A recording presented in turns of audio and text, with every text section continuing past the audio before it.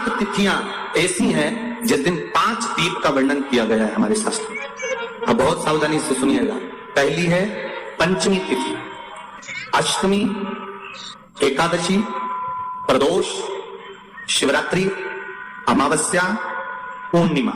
ये 7 तिथियां हमारे यहाँ सावन के अधिक मास का जो संयोग होता है, इसमें ये 7 तिथियां, वो तिथियां हैं 7 जिन तिथियों में अगर हम 5 दीप घृत के घी के 5 दिए अगर अपने दरवाजे के बाहर केवल भगवान की भक्ति के लिए, शिव तत्व की प्राप्ति के लिए, वैसे तो दीप लगाना चाहिए तुलसी के क्यारे के पास लगा दो, मंदिर में लगा दो, या शिवालय पर लगा दो, या देवालय पर लगा दो। और इस कीचड़ पानी में अगर कहीं ना जा पाओ, अगर पानी वानी बरस रहा है, जगह जगह बहुत पानी है, भले इधर क्षेत्र में इतना ना दिख रहा हो पर अन्य क्षेत्रों में बहुत पानी है, तो कोई ना जा पाए तो भगवान का स्मरण कर कर उन दीप को भगवान के सामने प्रज्वलित कर कर 5 दिए इन तिथियों में, पंचमी, अष्टमी, एकादशी, प्रदोष, शिवरात्रि, अमावस्या और पूर्णिमा, जो सावन के महीने तिथियों पर जो 5 दीप भगवान के सामने प्रज्वलित कर कर अपने दरवाजे के पास में बाहर की ओर रख देता है, उसके घर में कभी रोग, बीमारी और लक्ष्मी की कोई कमती नहीं होती, उसका जीवन सार्थक हो जाता है। बन सके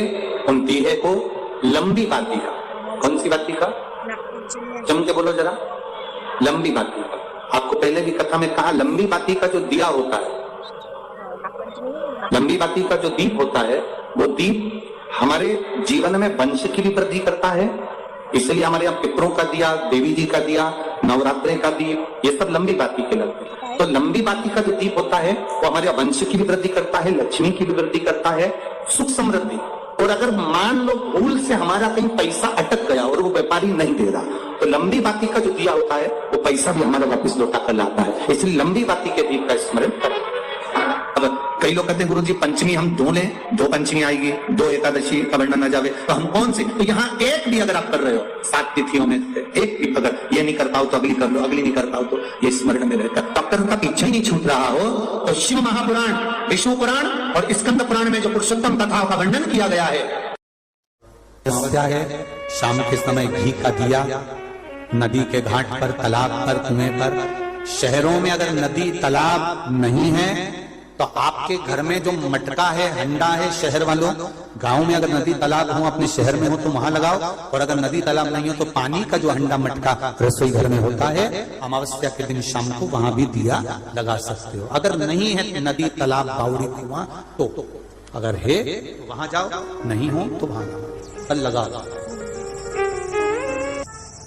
जब भगवान के मंदिर में दिया लगाते हैं, दीप प्रज्वलित करते हैं, तो दिया परमात्मा के लिए नहीं लगाते। जब हम दीप प्रज्वलित करते हैं तो जैसे ही मंदिर में प्रकाश होता है वैसे ही हमारी जिंदगी में चारों तरफ। मंदिर में अगर दिया लगाने जा रहे हो, बाती लगाई है आपने मंदिर के अंदर, तो कुछ देर बैठिए, कुछ देर स्मरण करिए। हमारे यहां तो यहां तक कहा गया है कि किसी मुर्दे को अगर जलाया भी जाता है तो कपाल क्रिया तक रुकना पड़ता है कि थोड़ा रुकिए, कोई पीछे से आकर कुछ करना जाए। दीप जलाने थोड़ी देर रुकिए। और दीप का भी नियम है हमारा, दीप का भी नियम, दिए में जो फूल बत्ती लगती है, गोल बत्ती लगती है, गोल वाली, ये बत्ती हमेशा कोई विष्णु भगवान की पूजन कर रहे हो, शिव जी की पूजन कर रहे हो, कोई अन्य देवता का अगर आप स्मरण कर रहे हो तो गोल बत्ती लगाई जाती है। भगवान के मंदिर में पूजन कर रहे हो तो गोल बत्ती लगाएं। कहते हैं सियोर वाले महाराज जी बताते हैं 1 पुष्प चढ़ा, सियोर वाले महाराज कहते हैं 2 लोटा जल चढ़ा, सियोर वाले महाराज कहते हैं 5 काली मिर्ची चढ़ा, सियोर वाले महाराज कह देते हैं इतना सा गन्ने का रस लेकर तुलसी के क्यारे में डाल दो, इतना सा ये भाग लेकर भगवान का पूजन कर दो, तिल्ली का ये भाग ले लो, तो गेहूं के 11 दाने ले लो, 21 दाने ले लो।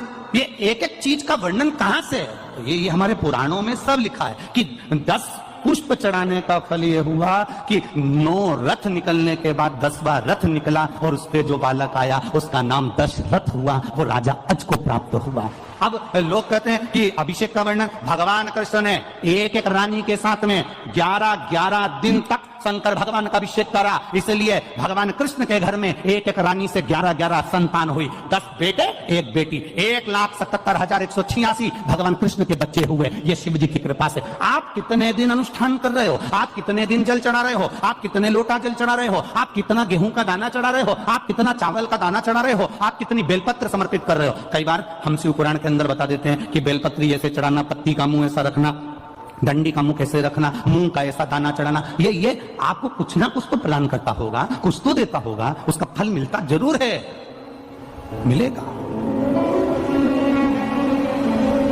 रावण को अहंकार था।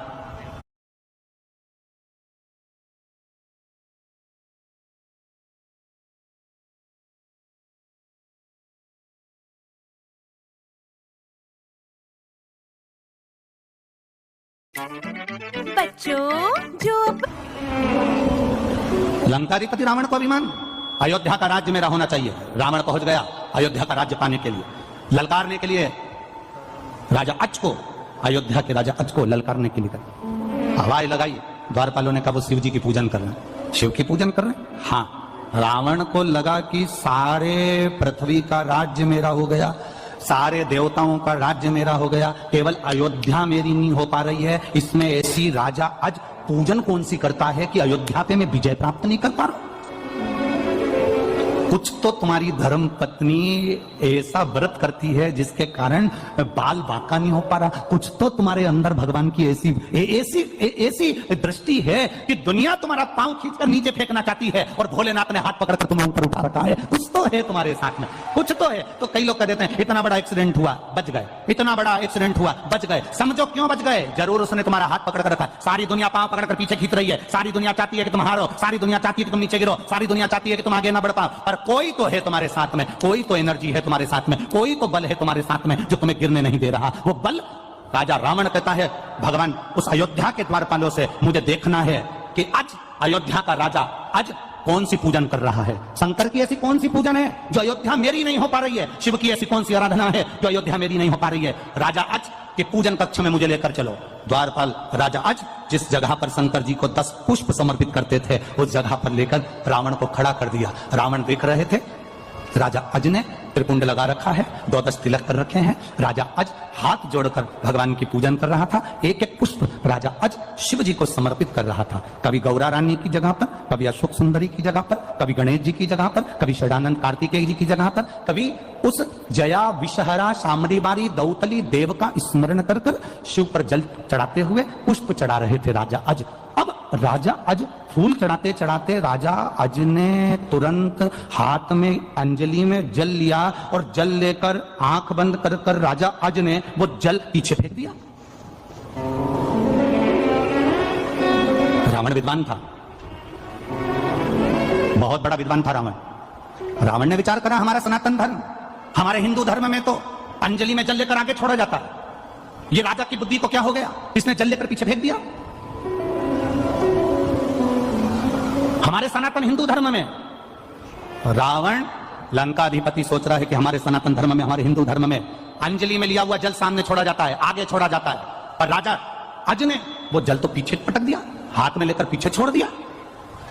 अब रावण को हंसी आ गई, ठाका लगाया लंका के राजा रावण ने। अपने आप को इतना बड़ा विद्वान बनता है अज, जिसको पूजन करना तक नहीं आता, जिसको जल चढ़ाना तक नहीं आता, वो जल पीछे पटक दिया। अरे किसी विद्वान को अपने पास में बिठाना था, वो तुम्हें बता देता कि जल कैसे चढ़ाना चाहिए। किसी पढ़े लिखे को बिठाते अपने पास में, वो तुम्हें समझा देता कि जल कैसे चढ़ाना है, कैसा नियम करना है, कैसी पूजन करना है। कोई विद्वान को अपने पास में बिठाते, वो समझा देता तुमको। राजा रावण को हंसी आ गई और हंसी आते से ही राजा अज का ध्यान रावण पर चले गया। लंका का राजा रावण आज खड़े होकर बोले, आज लंका का राजा मेरे दरवाजे पर अयोध्या में कैसे आना हुआ? रावण कहते हैं कि मैं आया तो तुमको युद्ध के लिए ललकारने था, पर हमारा सनातन धर्म हिंदू धर्म में हाथ की अंजलि में जल लेकर सामने छोड़ा जाता है, पर तुम तो ना जाने कौन सा विधान लेके आए कि पानी को तुमने पीछे फेंक दिया। ये तुमने करा क्या? इतने में राजा अज ने कहा, मैंने पानी पीछे इसलिए फेंका, मैं जब पूजन कर रहा था 9वें नंबर का पुष्प मैंने समर्पित करा था और मेरे कानों में गौ माता की आवाज मेरे कानों में रंभाने की सुनाई देने लगी। यहां से 42 किलोमीटर की दूरी पर जंगल में एक शेर एक गाय को खाने वाला था। गाय ने मुझे पुकारा, नगर का राजा संभालो, राजन संभालो, गाय रंभाई, मैंने जल उठाकर पीछे फेंक दिया। रावण कहने लगा, तुम्हारे पूजन में पीछे फेंके हुए जल से होगा क्या? राजा अज ने कहा, वो जल शेर को मार दिया होगा, गाय को बचा लिया होगा। रावण कहता है पानी से शेर मरता है, पानी से शेर मरता है। राजा अज ने कहा मेरे भोलेनाथ जी का जो पानी है ना, ये कोई साधारण नहीं है, शेर भी मरा होगा, जाओ जरा देख कर आओ। रावण राजा अज से मिला नहीं, बात नहीं करी, तुरंत रथ उठाया रावण ने, 42 किलोमीटर दूर वन में पहुंचा और वन में जाकर क्या देखता है, एक गाय घास चर रही थी, उसके पास में हजारों बाणों से रमा हुआ शेर पड़ा हुआ था। राजा रावण की आंख से आंसू बह गए, आंख से आंसू बह गए और रावण तुरंत वापिस राजा अज के पास आया कि ये जल पीछे फेंका और वो बाण बनकर शेर को लग गए, ये जल था कौन सा? तब बाबा राजा अज ने कहा ये जल साधारण नहीं, शंकर की पूजन में जो जल चढ़ता है वो ना जाने कितने बाणों के बराबर हो जाता है और जीव की रक्षा कर लेता है। रावण ने राजा अज के हाथ जोड़े, राजा अज को ब्राह्मण रावण ने हाथ जोड़कर नमन कर कर कहा कि अब मैं जा रहा हूं। क्यों महाराज, आप तो मुझे ललकारने आए थे। राजा रावण ने विचार करा जिसका केवल पानी हजारों बाणों के बराबर हो जाता है, अगर इससे युद्ध लड़ लिया तो रावण तो 1 मिनट में निपट जाएगा, इसलिए मुझे युद्ध नहीं करना, मैं नहीं लड़ सकता।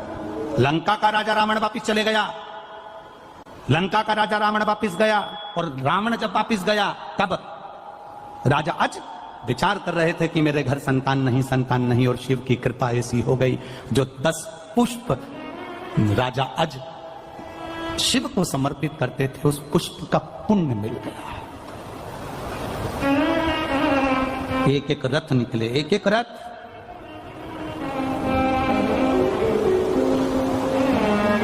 नौ रथ पूरे, इसलिए नाम क्या पड़ा? जम के बोलो जरा, 10 रथ।